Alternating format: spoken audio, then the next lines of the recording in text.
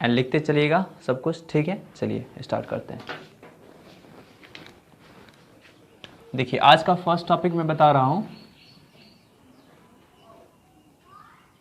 First point आपका बहुत ही important point है, ये आपका है फंडामेंटल लॉ ऑफ इलेक्ट्रोस्टैटिक्स, ठीक है। Fundamental law of electrostatics. और ये जो होता है, like charges repel each other and unlike charges attract each other, ठीक है। ये आपका फंडामेंटल लॉ ऑफ इलेक्ट्रोस्टैटिक्स होता है, जिसमें क्या होता है आपका कि लाइक चार्ज जो होगा वो आपको रिपेल करेगा एंड अनलाइक चार्ज क्या करेगा, अट्रैक्ट करेगा। मींस आपका हो गया दो पॉजिटिव चार्ज को हम लोग रखेंगे, दो पॉजिटिव चार्ज को रखेंगे, ठीक है, सम डिस्टेंस से, ठीक है। तो ये क्या करेगा, एक दूसरे को रिपेल करेगा। यहां पे क्या हो रहा है आपका, फोर्स ऑफ रिपल्सन लग रहा है, ठीक है। यहां भी आपका क्या लग रहा है, फोर्स ऑफ रिपल्सन लग रहा है, ठीक है। बट हम लोग दो अपोजिट चार्ज को रखेंगे तो ये दोनों क्या करेगा, एक दूसरे को अट्रैक्ट करेगा, फोर्स ऑफ अट्रैक्शन। इसको भी सम डिस्टेंस पे रखें, स्मॉल आर पे, ठीक है। यहां पे एक चीज याद रखिएगा कि स्मॉल आर का जो वैल्यू होना चाहिए ना, याद रखिएगा वो आपका 1 फर्मी से ज्यादा होना चाहिए। 1 फर्मी कहने का सेंस होता है आपका, 1 फर्मी इक्वल टू होता है आपका 10⁻⁻15 मीटर, याद रखिएगा।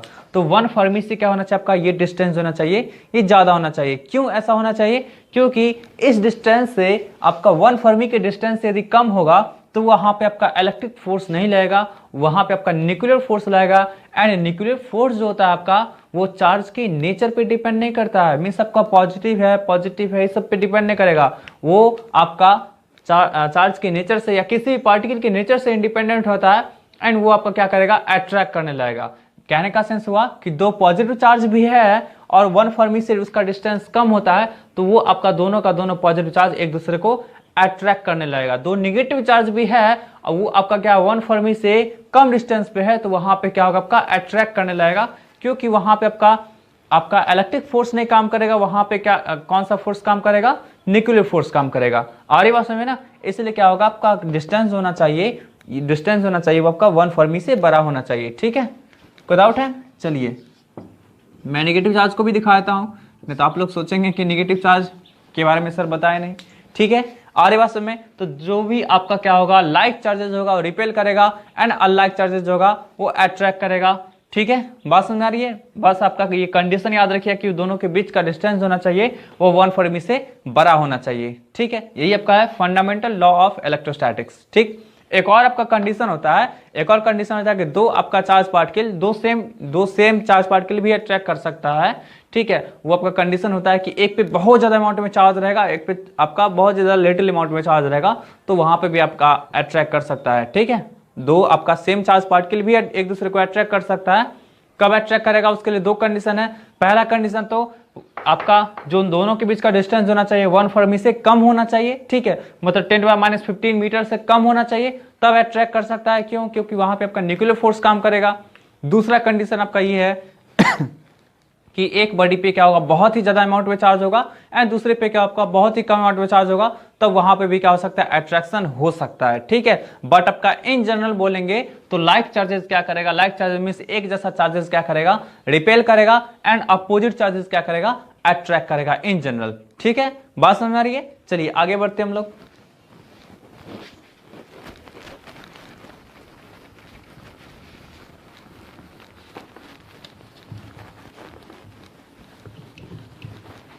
देखिए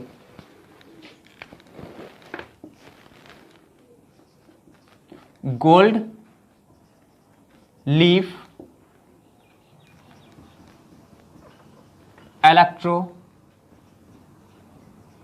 इलेक्ट्रोस्कोप।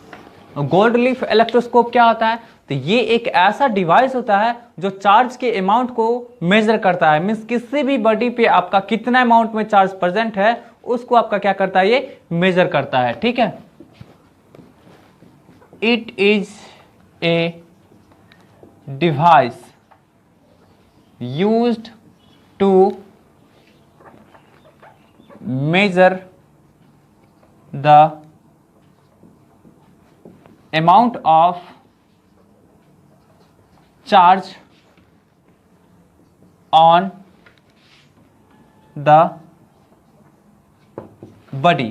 ठीक है, ये आपका क्या होता है, ये एक ऐसा डिवाइस होता है जो आपका किसी भी बॉडी पे अमाउंट ऑफ चार्ज को मेजर करता है। ठीक है, बात समझ आ रही है? इसका आपका कंस्ट्रक्शन भी होता है, लेकिन वो सब जानना जरूरी नहीं है। आपको एग्जामिनेशन में आपके जो भी 10th लेवल के कॉम्पिटिटिव एग्जामिनेशन है उसमें बस इस डिवाइस का आपको नाम पूछा जा सकता है कि which device use to measure electric charge on an body, sorry on body. ठीक है, तो आप क्या कर सकते हैं, आप इसका नाम लिख सकते हैं। 4 ऑप्शन रहेंगे दिए हुए आपको, जिसमें से आपको ये भी ऑप्शन रहेगा लिखा हुआ, तो आप इसको टिक कर सकते हैं। बात समझ में आ रही है? ठीक है, चलिए आगे बढ़ते हैं हम लोग।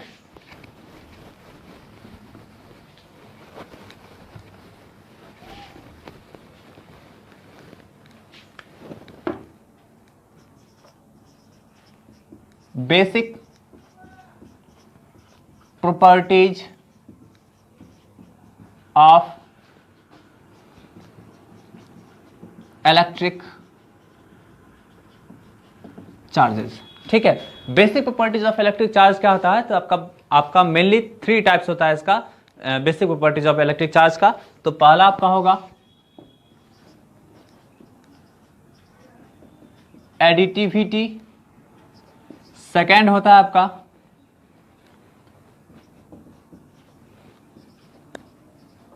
Quantization of electric charge, third होता है आपका कंजर्वेशन ऑफ इलेक्ट्रिक चार्ज। ठीक है, आपका basic properties of electric charge mainly 3 types का होता है। पहला होता है एडिटिविटी ऑफ इलेक्ट्रिक चार्ज, दूसरा होता है quantization of electric charge, and third आपका होता है कंजर्वेशन ऑफ इलेक्ट्रिक चार्ज। ठीक है, तो हम लोग एक एक करके स्टडी करते हैं।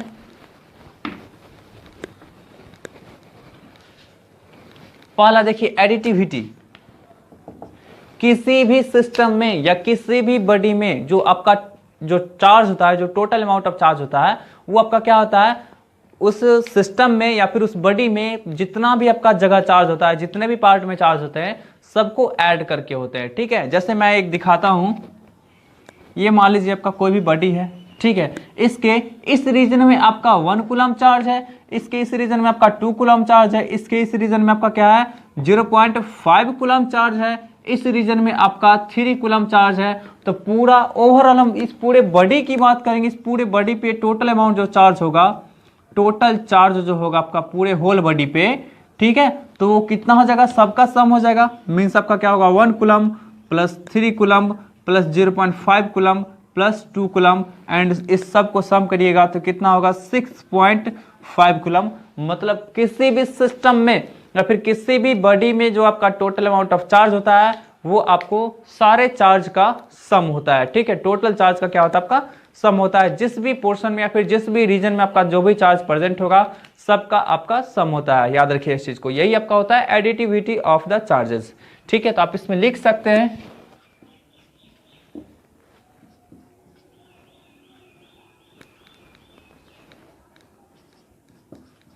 Electric charges are added by simple algebraic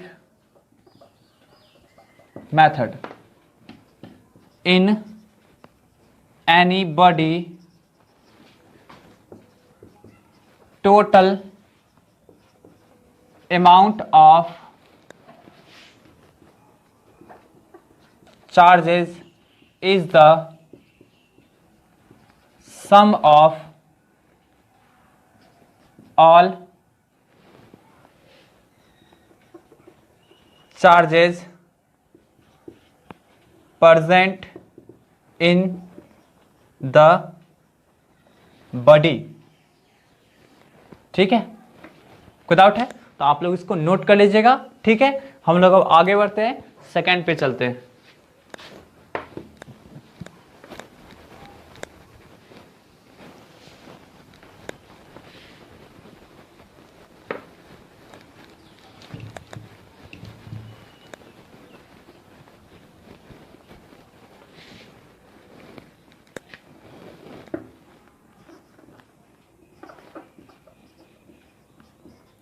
quantization of electric charge. Quantization of electric charge, ये देखिए आपका नया टर्म आया होगा, मे भी आप लोग फर्स्ट टाइम सुना है क्वांटाइजेशन। तो क्वांटाइजेशन ऑफ इलेक्ट्रिक चार्ज कहने का सेंस होता है किसी भी बॉडी पे या किसी भी सिस्टम में जो टोटल चार्ज होता है वो ऑलवेज इंटीग्रल मल्टीपल ऑफ आपका ई होता है, मींस चार्ज ऑन इलेक्ट्रॉन होता है। किसी भी बॉडी पे जो आपका इलेक्ट्रिक चार्ज होता है, total amount of electric charge, वो always integral multiple of electron के चार्ज के बराबर होता है। ठीक है, तो कहने का सेंस आपका हो गया कि चार्ज होता है हमेशा डिस्क्रीट अमाउंट में प्रेजेंट होता है, और उसका सबसे स्मॉलेस्ट यूनिट जो होता है आपका, जो सबसे स्मॉल जो आपका चार्ज का अमाउंट होता है वो इलेक्ट्रॉन पे होता है, और उस इलेक्ट्रॉन पे चार्ज होता है आप लोग जानते होंगे मे बी 1.6 इंटू 10⁻⁻19 कूलम होता है निगेटिव साइन के साथ। ठीक है, बट प्रोटॉन के पास हम बात करेंगे तो 1.6 into 10⁻⁻19 coulomb with positive sign. आ रही बात समझ में? चलिए तो यहां पे देखते हैं,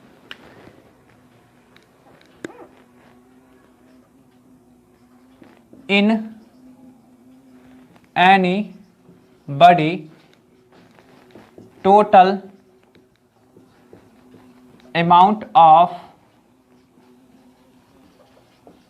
charges is equal to, in any body total amount of charges is equal to, is always equal to, is always equal to the integral multiple of charge on electron. ठीक है, मतलब क्या होगा आपका Q इक्वल टू हो जाएगा आपका Ne। यहाँ पे n जो हो गया 0 हो सकता है, +-1 हो सकता है, +-2 हो सकता है, +-3 हो सकता है, +-4 हो सकता है, डॉट डॉट डॉट इसी तरह करके। और इलेक्ट्रॉन का जो ई का जो वैल्यू होगा वो 1.6 इंटू 10⁻⁻19 कूलम हो सकता है। बात समझ आ रही? किसी भी बॉडी पे जो चार्ज होगा वो आपका Ne के बराबर होगा, और n का वैल्यू जो हो सकता है आपका 0 या फिर +-1 या फिर +-2 या फिर +-3। अब देखिए इस पे एक क्वेश्चन देख लीजिए, इससे बेस्ट है आपका एक क्वेश्चन देख लीजिए। ये आपको कोई भी बॉडी है, ठीक है, इस पे जो आपका टोटल जो चार्ज है वो आपका 1 कूलम है। ठीक है, 1 कूलम है। आपसे पूछा जाएगा 1 कूलम आपका क्या है, पॉजिटिव चार्ज इसके पास प्रेजेंट है। आपसे पूछा जाएगा कि बताइए कि इस बॉडी से कितना अमाउंट ऑफ आपका इलेक्ट्रॉन लॉस्ट हुआ होगा। देखिए कल मैंने बताया था कि किसी भी बॉडी पे जो चार्ज जो आपका क्रिएट होता है उसका रिस्पॉन्सिबिलिटी इलेक्ट्रॉन के पास होता है। इलेक्ट्रॉन लॉस्ट हो गया तो उसके पास आपका पॉजिटिव चार्ज आएगा, इलेक्ट्रॉन गेन हुआ तो उसके पास आपका क्या होगा, निगेटिव चार्ज आएगा। अब यहां से क्या हुआ, आपका इलेक्ट्रॉन लॉस्ट हुआ होगा तभी तो उसके पास पॉजिटिव चार्ज आया होगा। ठीक है, तो हम लोग बात करेंगे कि कितना अमाउंट ऑफ इलेक्ट्रॉन इससे आपका क्या हुआ है, लॉस्ट हुआ है। ठीक है, बात समझ में आ रही है? चलिए तो निकालेंगे हम लोग इसका आंसर। क्वेश्चन लिख देते हैं पहले, find the number of electrons are lost। देखिए Q इक्वल टू आपको पता है Ne होता है, और इस Q टोटल चार्ज के प्लेस पे कितना डालेंगे, 1 कूलम, तो 1 कूलम, और यहां पे आपका क्या हो गया, N इंटू 1.6 इंटू 10⁻⁻19 कूलम। तो यहां से N का वैल्यू क्या हो जाएगा आपका, n का वैल्यू इसको उठा के इधर ले जाएंगे तो 1 बाय 1.6 इंटू 10⁻⁻19। ठीक है, तो यही आपका क्या हो गया, यहां से इसको आप कैलकुलेट करेंगे तो मे बी कितना आएगा,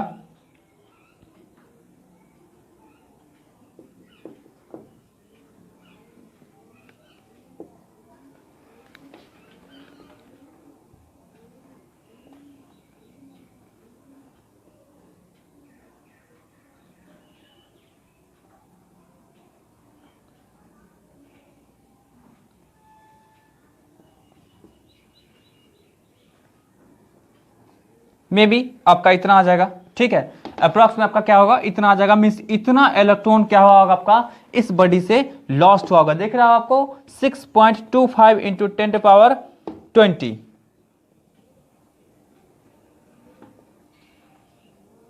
10⁻18, ठीक है। आपका इतना इलेक्ट्रॉन लॉस्ट होगा इस बॉडी से, तभी आपका इसके पास क्या होगा, आपका 1 कूलम्ब ऑफ चार्ज आया होगा। आ रही बात समझ में, ठीक है। तो आप लोग इसको नोट कर लीजिएगा, ठीक है। आगे बढ़ते हैं हम लोग।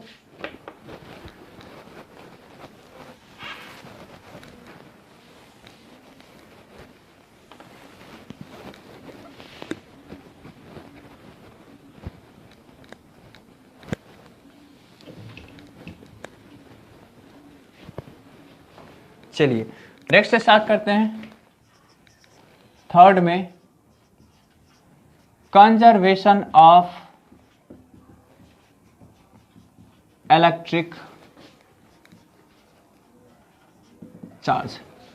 कंजर्वेशन ऑफ इलेक्ट्रिक चार्ज, ये तो समझते होंगे। कंजर्वेशन का मतलब होता है कि कंजर्व रहना, ठीक है। तो यहां पे क्या होगा आपका कि किसी भी सिस्टम पे जो आपका इलेक्ट्रिक चार्ज होता है वो आपका ऑलवेज कंजर्व रहेगा, किसी भी सिस्टम में, ठीक है। किसी भी आइसोलेटेड सिस्टम की बात करेंगे, आइसोलेटेड सिस्टम ऐसा सिस्टम होता है जिसपे आपका सराउंडिंग्स का इफेक्ट नहीं होता है, ठीक है। सराउंडिंग्स का इफेक्ट नहीं होता है, ठीक है। तो आपका किसी भी आइसोलेटेड सिस्टम का जो इलेक्ट्रिक चार्ज होता है वो आपका ऑलवेज कांस्टेंट होता है। इलेक्ट्रिक चार्ज को ना ही क्रिएट कर सकते हैं ना ही डिस्ट्रॉय कर सकते हैं, इसको ट्रांसफर कर सकते हैं one body to another body. बात समझ में आ रही है, ठीक है। ओवरऑल हम ये बात कर सकते हैं कि किसी मतलब पूरे का पूरे होल यूनिवर्स का जो टोटल चार्ज है वो आपका हमेशा कंजर्व रहेगा, ठीक है। चलिए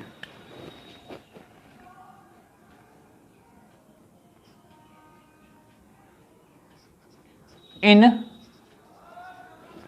एनी आइसोलेटेड सिस्टम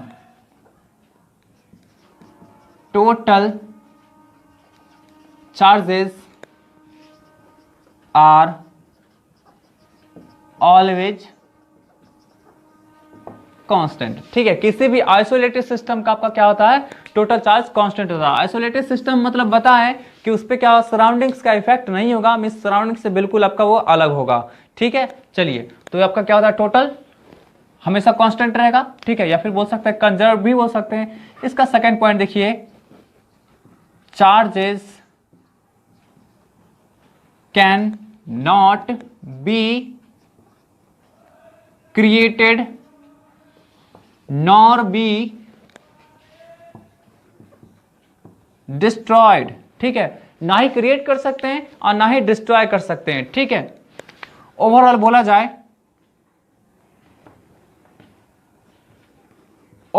जाए, charges of the whole universe is always constant, ठीक है। आपका टोटल चार्ज जो आपका होगा होल यूनिवर्स का वो आपका क्या होगा, हमेशा कांस्टेंट रहेगा, हमेशा कंजर्व्ड रहेगा, वो आपका क्या होगा, नाश नहीं हो सकता है, ठीक है। यहां पे एक और चीज बोल सकते हैं, only charges transferred from one body to another, ठीक है। चार्ज को सिर्फ और सिर्फ क्या कर सकते हैं लोग, ट्रांसफर कर सकते हैं एक बॉडी से दूसरे बॉडी के पास। आ रही बात समझ में। चलिए आगे बढ़ते हैं हम लोग।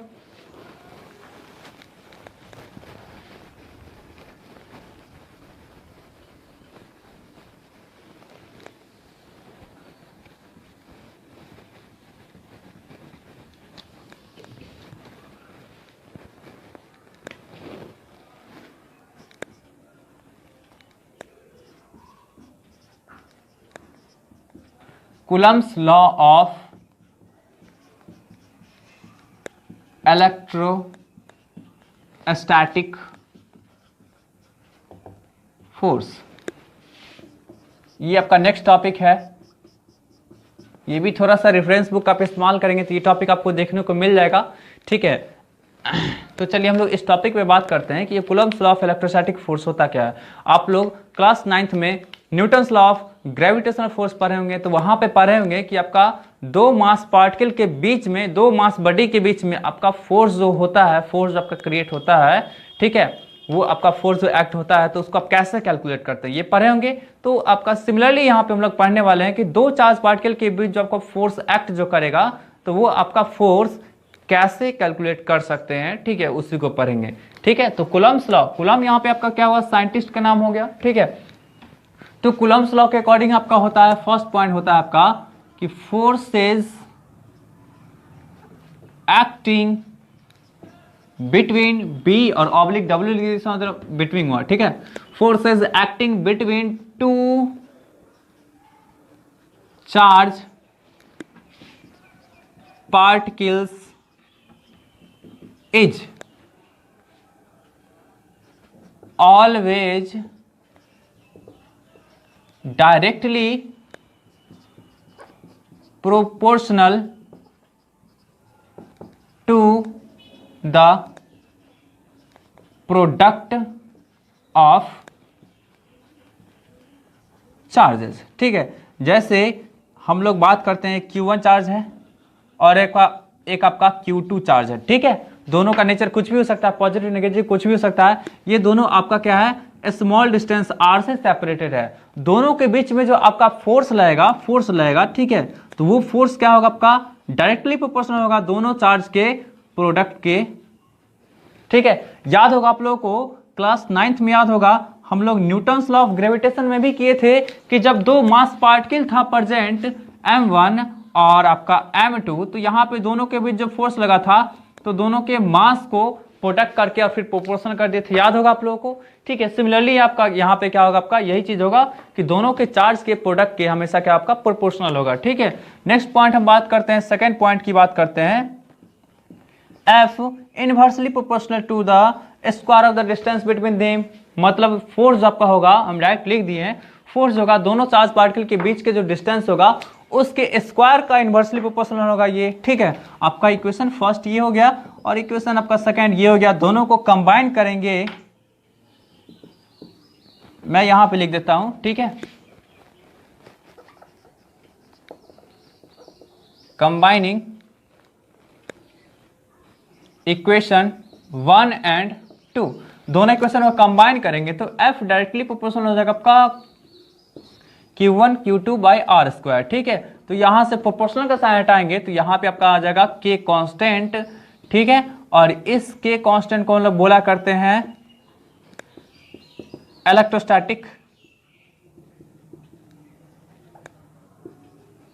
कांस्टेंट। इस K का वैल्यू होता है 1/4 पाई एप्सिलॉन नॉट। ठीक है, इसको पढ़ा करते हैं हम लोग एप्सिलॉन नॉट। ठीक है, लिख देंगे अभी, इसका वैल्यू होता है 9 × 10⁹ न्यूटन मीटर स्क्वायर पर कूलम्ब स्क्वायर, ये आपका वैल्यू होता है। ठीक है, और इसको हम लोग बोला करते हैं एप्सिलॉन नॉट। नॉट हम लोग ओ के लिए लगाते हैं, ये जो जीरो लिखा हुआ उसके लिए लगाते हैं एप्सिलॉन नॉट। इसका जो वैल्यू होता है वो 8.85 × 10⁻12 पर न्यूटन पर मीटर स्क्वायर कूलम्ब स्क्वायर। ठीक है, ये आपका होता है, आ रही बात समझ में। ठीक है, तो आप लोग इसको नोट कर लीजिएगा। ठीक है,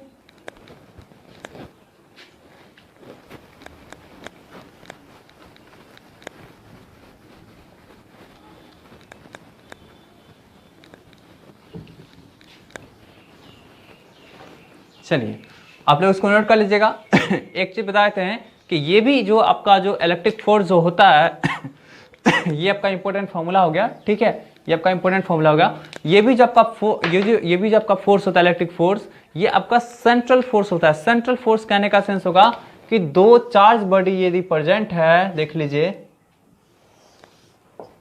ठीक है, तो आपको इसके सेंटर से इसके सेंटर के टुवार्ड्स में लगता है। ठीक है, यदि आपका अट्रैक्शन है तब भी आपका क्या होगा, सेंटर के टुवार्ड्स में ही लगेगा, एंड रिपल्सन है तब भी आपका क्या होगा, सेंटर के टुवार्ड्स में ही लगेगा। ठीक है, सेंटर से अवे फ्रॉम ही लगेगा।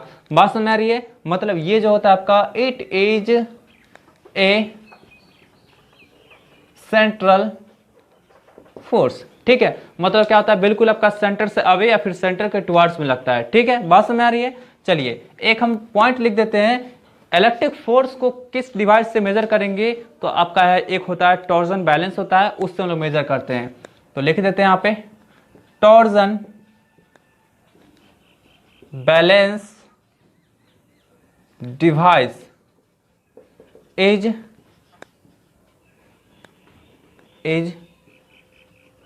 used to measure electric force between them। ठीक है, दो बॉडी के बीच जो हम लोग इलेक्ट्रिक फोर्स को जो मेजर करेंगे तो टॉर्जन बैलेंस एक डिवाइस होता है, इसके द्वारा ही करते हैं। ठीक है, तो ये सब आपको टर्म जो है आपको कॉम्पिटिटिव एग्जामिनेशन में पूछा जा सकता है। जो भी आप लोग क्लास 10th के कॉम्पिटिटिव एग्जाम देंगे उन सब में आपका ये पूछा जा सकता है। बात समझ में आ रही है? ठीक है, चलिए आप लोग इसको नोट कर लीजिएगा। एंड आप लोगों का नेक्स्ट क्लास जो होगा फिर कल चलेगा, तो आप लोग ध्यान रखिएगा। और लॉकडाउन में आप लोग अच्छे से पढ़ाई करिए, एकदम शांतिपूर्वक पढ़ाई करिए। ठीक है, घर से बाहर मत निकलिए। तब तक के लिए टेक केयर, बाय बाय। ठीक है।